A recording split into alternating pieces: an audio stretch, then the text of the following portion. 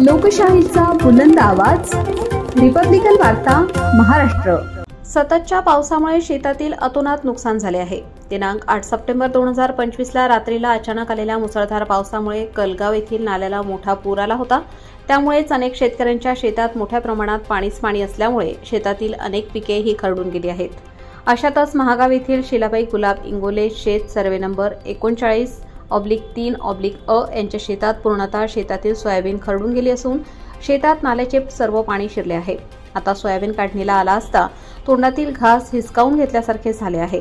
त्यांच्या शेताला लागूनच कलगावचा मोठा नाला असून मागील वर्षी त्यांच्या शेताजवळ नाला रुंदीकरण खोलीकरण करून बंधारा बांधण्यात आला होता, परंतु ही बांध नाल्याच्या पुरामुळे वाहून गेली आहे। सर्व शेतात पाणी असून शेतातील माती पिके पूर्णतः खरडून गेली आहे। शेतात मोठमोठे खड्डे पडले आहेत। सद्यस्थितीत शेतीला नाल्याचे स्वरूप आले आहे। याच नाल्याच्या बाजूला असलेल्या सर्व शेतकऱ्यांचे अतोनात नुकसान झाले आहे।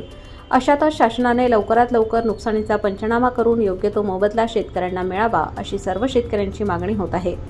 रिपब्लिकन वार्ता न्यूज महाराष्ट्रासाठी राजपाल बनसोड, दिग्रस प्रतिनिधी। Subscribe now and press the bell icon. Never miss an update.